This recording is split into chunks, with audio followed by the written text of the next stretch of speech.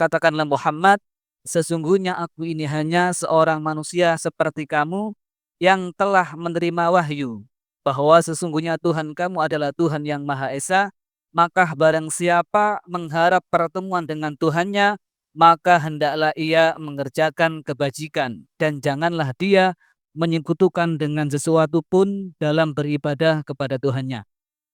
Di sini barang siapa ingin bertemu dengan Tuhannya, maka hendaklah melakukan kebajikan dan jangan menyekutukan dengan sesuatu apapun dalam beribadah. Yang dimaksud di sini bertemu dengan Tuhan itu seperti apa? Bismillahirrahmanirrahim. Pertanyaan itu bagus sekali karena hal yang sama dialami Rasulullah SAW. Jadi ketika Nabi ngendikan man ahabba liqa Allah ahabba Allahu liqa'ah. Wa man kariha liqa Allah kariha Allahu liqa'ah. Jadi terus sahabat tanya, bagaimana itu ya Rasulullah? Wa kulluna yakrahul mauta katanya. Siapa yang senang ketemu Allah, wah senang ketemu dia. Siapa yang enggak senang ketemu Allah, wah juga enggak suka ketemu dia. Ya, sahabat ya manusia ya zaman itu ya iskal ya. Tapi semua kita itu nggak siap mati. Jadi kalau ketemu Allah itu pikirannya orang itu ya mati. Nah, yang tanya nggak siap juga kan kalau mati. Terus Nabi memberi penjelasan, tidak ada orang Muslim, orang mukmin kecuali sebelum mati itu yang calon ahli surga itu diperlihatkan surganya. Jadi mamin ahadin ilka waqad alima maq'adahu minal jannah awinnar. Ketika melihat surga yang sudah gemaripa sudah luar biasa. Mungkin kalau para cowok yang bayangkan bidadari banyak, cantik-cantik, gak minta belanja. Yang dunia wis elek jaluk aneh-aneh yang ruwet. Nah, itu terus langsung seneng pengen ning swarga. Jadi kalau ada orang mati kok tidak semangat, berarti belum dipertontonkan surga. Nah, ketika dipertontonkan surga kan tidak ada kerja, tidak ada atasan, tidak ada bawahan, tidak ada istri cerewet, tidak ada teman bodoh nih, pokoknya di surga itu kan enak semua. Nah, terus seneng. Nah, kira-kira tipe Allah ya seperti itu. Ketemu Allah itu artinya ketemu ridhonya, ketemu kebaikannya. Itu resep pertama tentu tidak boleh syirik. Syirik itu menganggap ada kekuatan lain setara dengan kekuatan Allah. Jadi kalau orang tawasul sama Nabi, sama wali, sama habaib itu tidak syirik itu kan tetap Allah itu punya kekuasaan mutlak. Kita ini butuh orang dekat. Bukan mensetarakan orang dekat ini sama Allah Subhanahu wa ta'ala itu sudah tidak ada orang Islam yang punya perasaan ada kekuatan lain setara dengan kekuatannya Allah Subhanahu wa ta'ala. Makanya Nabi sudah menjamin saya tidak pernah takut kalian melakukan syirik karena siapapun yang punya iman pasti tidak akan mensetarakan yang lainnya sama dengan Allah Subhanahu wa ta'ala. Jadi makanya keyakinan ahli sunnah, keyakinan guru-guru kita wasilah itu tidak termasuk apa? Syirik.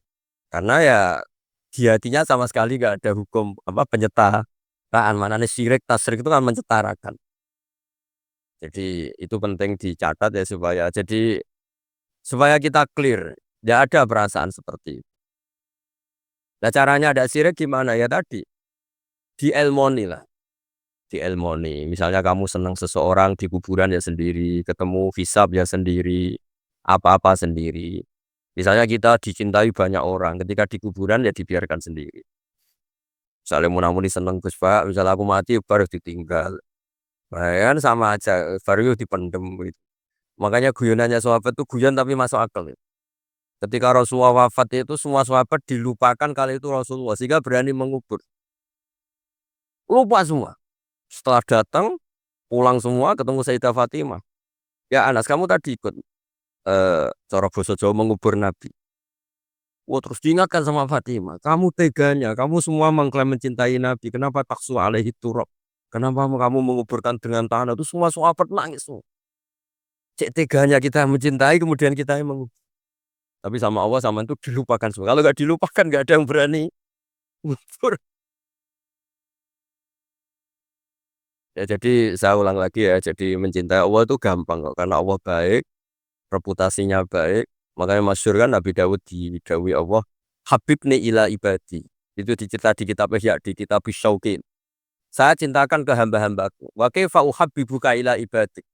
Bagaimana saya mencintakan kau pada hamba-hambaku? Dawe Allah di hadis qudsi itu, kenalkan uskurni bil hasanil jamil. Ya, kamu cerita saya tentang yang baik-baik saya.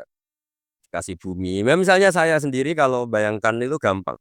Kalau saya dikasih rumah Habib Ahmad setahun gratis, saya akan muji beliau orang baik. Padahal hanya setahun dikasih gratis. Kita dikasih bumi Allah itu sampai kita mati, oksigen sampai kita mati, tanpa bayar. Padahal kalau kita di rumah sakit, oksigen 3 hari aja sudah nguras. Ya contoh yang gampang-gampang saja. Gara-gara ada syukur kan tomak kamu. Bayangkan nikmat tuh ya punya Alphard, istri 4 neriman semua, rukun semua. Terus yang 3 dugot ganti ya gelem semua. Lah gara-gara kaya gitu ya.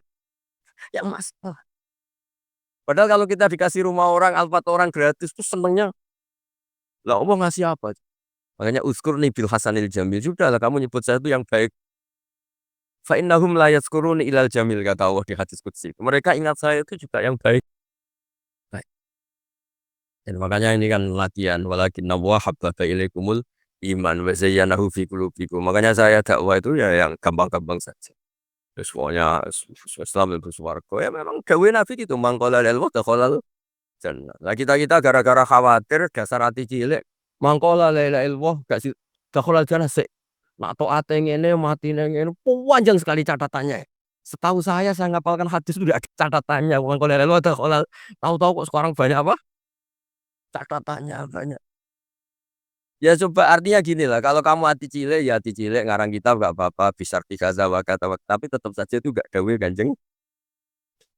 Ya monggo nak ikhtiar ya monggo, tapi ya jangan terus saking ikhtiarnya terus dawe Nabi semua dikasih catatan. Kan kasihan Kanjeng Nabi dawe mangko lalu taqal jannah. Ada resmi catatan ya hanya mukhlisan biha qalbuh itu resmi itu.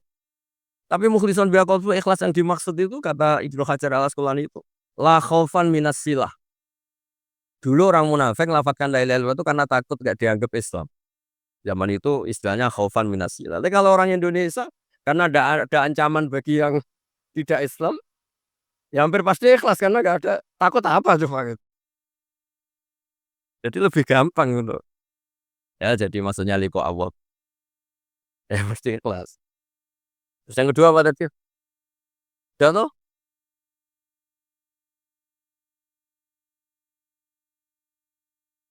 Oh, udah itu.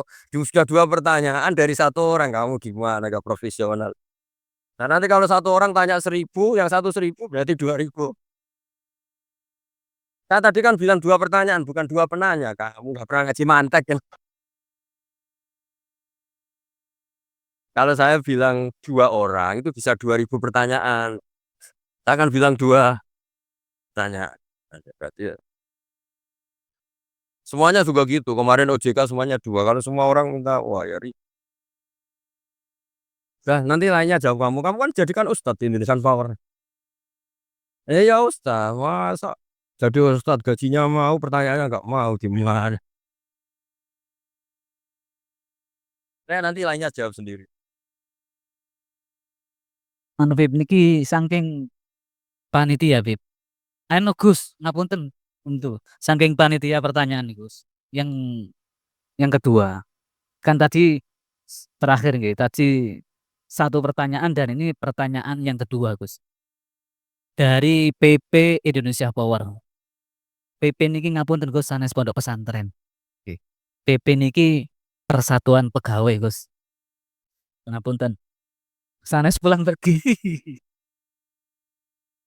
Pertanyaan yang kedua, ada hadis Nabi Muhammad Shallallahu Alaihi Wasallam, "I'mal li dunyaka ka'annaka ta'ishu abada, wa'mal li akhiratika ka'annaka tamutu ghadan." Yang artinya, bekerjalah untuk duniamu seakan-akan engkau akan hidup selamanya. Dan bekerjalah untuk akhiratmu seakan-akan engkau akan mati besok pagi. Nah, karena kita di PP Persatuan Pegawai adalah kaum-kaum pekerja, supaya kita termasuk dalam hadis tersebut itu bagaimana? Matur nuwun, Gus. Oh begini ya, Bismillahirrahmanirrahim itu kalau makna yang benar menurut hampir semua ulama itu begini. Jadi karena dunia itu longgar ya, longgar itu tidak mendesak. Jadi karena kata isu abadan artinya itu kalau urusan duniawi kalau nggak berhasil sekarang ya bisa berhasil besok. Jadi itu justru menunjukkan urusan dunia itu kalau nggak bisa besok ya besoknya besok. Kalau nggak bisa ya besoknya besok karena masih ada apa? Hidup. Kalau urusan akhirat, bayangkan kalau kamu itu besok mati. Makanya Nabi ngendikan sholli sholatam muwaddi'in, kamu sholat kayak sholatnya orang yang mau pamitan. Jadi intinya kalau mau urusan dunia seakan-akan itu kamu hidup selamanya. Makanya kalau nggak hasil sekarang ya besok. Ya kayak anak-anak muda loh. Sekarang ditolak, besok semoga diterima. Kalau ditolak terus ya ganti lain sampai yang di nikah itu yang paling terakhir. Tapi kalau urusan akhirat tak bisa. Bayangkan kalau kamu besok itu mati. Nah, soal yang di PP itu, yang di pegawai apa? Persatuan pegawai. Kalau kerja itu yang serius itu bukan karena hadis itu. Di antara yang dicintai Allah, kalau kamu punya pekerjaan, Allah suka ayat tinahu. Orang itu profesional. Allah itu suka kalau ada orang nekuni pekerjaan, kemudian dia itkon, dia profi. Misalnya saya ini kan kata orang banyak dikiaikan. Dan saya dianggap alim misalnya. Harus profesional. Khasnya orang alim tuh ngikuti orang alim sebelumnya. Makanya saya baca kitabnya Said Muhammad, baca kitabnya Mbah. Khasnya orang ahli sunnah itu mencintai habaib, mencintai ulama, mencintai fuqara masakin. Sebisa kita lakukan. Itu namanya profesional. Jangan dikatakan orang alim, kemudian dia ngomong pendapatnya sendiri. Itu tidak benar. Berarti kamu menjual pendapat kamu pada umat. Kalau dikatakan orang alim itu ya, bahasa kasarnya ya, menterkenalkan pendapat Allah dan Rasul kalau boleh dibahasakan. Menterkenalkan hukumnya Allah dan Rasul. Caranya apa ya? Kalau ulama. Kalau ulama itu apa ya? Di kitab-kitab kayak Ihya, kayak kitabnya Said Muhammad. Itu namanya profesional. Makanya saya ngaji di mana-mana pakai kitab. Orang percaya kita karena dianggap orang alim. Orang alim hanya orang tahu pendapatnya ulama-ulama. Ya kalau kamu ngomong pendapat kamu sendiri, namanya kamu tidak menterkenalkan ulama-ulama dulu, menterkenalkan pendapat Anda. Ya, itu namanya profesional, ada itkon. Itu Allah suka kalau kamu nekuni misalnya di Sun Power, misalnya bagian BL itu, ya nekuni. Tenaga uap mana yang positif untuk negara ini. Yang jangka panjang, yang terbarukan teknologi apa, yang teknologi fosil misalnya mulai harus dihentikan karena agak ya monggo itu maunya apa saja yang menjadikan baik lihadil ummah itu baik. Itkon.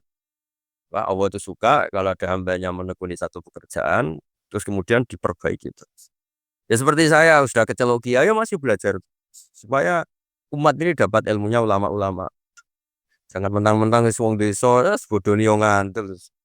Mulai kulon mulai cilik nganti lahir nganti tua. Niku anggere ana wong sunat diceritani Nabi Ibrahim sunat umur 80 tahun nganggo kapak. Anggere ana wong mati ayate kullu nafsi dha'iqatul. Wah, anggere wong kawin wa min ayatihi itu gak ada perkembangan. Saya itu kadang ya Allah, pepe wong desa jadi gak dinaikkan ilmunya. Karena kiainya mesti gitu, wis kandhane ngene wis ngantri. Gak ada perkembangan. Nah, itu menurut saya boyo kasihan lah umat ini, umatnya Nabi itu diajak irtiqo lah, diajak naik. Makanya saya di mana-mana itu ngaji bawa kitab. Nah, itu namanya itqanul amal. Mereka percaya saya karena saya dianggap tahu pendapat ulama dulu ya kita mungkin saya baca tak terkenalkan. Ya barokahnya tadi. Jika kita tahu cara pandang ulama dulu ternyata enak betul melihat umat. Habib saya ini setelah miskin teman-teman saya tidak kesini. Padahal zaman kaya teman-teman ke sini. Dia itu komplain. Tapi setelah dijelaskan Habib tadi malah bagus dong. Setelah kamu miskin buruh orang terus teman-teman kamu datang betapa malunya kamu dulu majikan sekarang jadi buruhnya orang. Alhamdulillah kalau gitu kan terus gampang jadi enak kabeh.